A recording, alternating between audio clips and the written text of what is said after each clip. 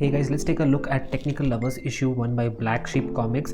This is their first venture to come out. This is co-published by Yali Dream Creations. Now this story is done by Bijay Ravendran and Utsap Chatterjee. Now guys, this book was launched I think a month back, and looking at the artwork itself I was quite intrigued and I was like, there's something in this that I know I had to get. So I'm so glad that I finally have this in hand with me right now. So normally I would have reviewed this along with all my other comics on Sunday like I do on every other comic Sunday, but I felt this deserved a special reel where I just talk about this alone. Before we get into the book, just looking at it front and back, you see this spot varnish over here, and this is just so amazing and cool to look at. And just looking at this cover art itself, it's just so amazing, feels very cinematic and it feels very serious. I think just this cover itself sets the tone of the book. Cool thing is that this came with this postcard, and there are two different other variants. Totally there are three different types of postcards, and these are all hand drawn copies, and these are all connected to the story. So Technical Lovers is like a period story set in between the time frame of 1962 to 1992, between that span of 30 years,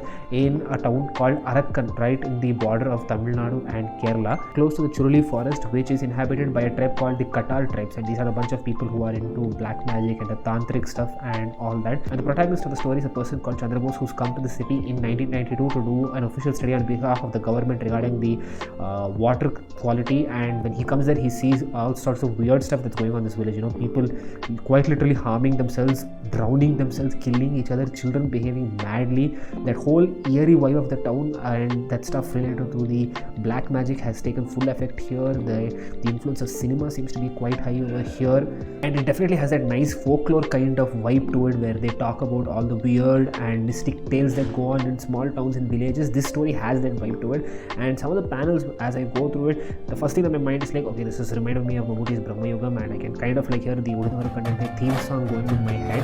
And I'm not going to go too much deep into the story because I definitely feel you should check this out yourself. This book is like Dashavatara, so many different aspects, all diverse, all perfect. First issue is basically just layering of the story, setting up the characters, the plots and all that.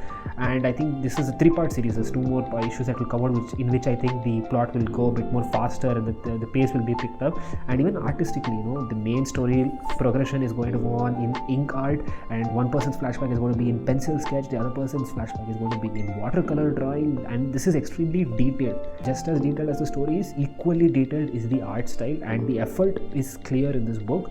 For a book like this to be this detailed, I think it will be a long time before the other 2 issues come out, and I hope people don't lose interest within that time. I hope it can come out quickly too. I definitely feel that for a first project, this is done really well. This overall story has a lot of potential if done right, and I would definitely recommend that you guys check this out.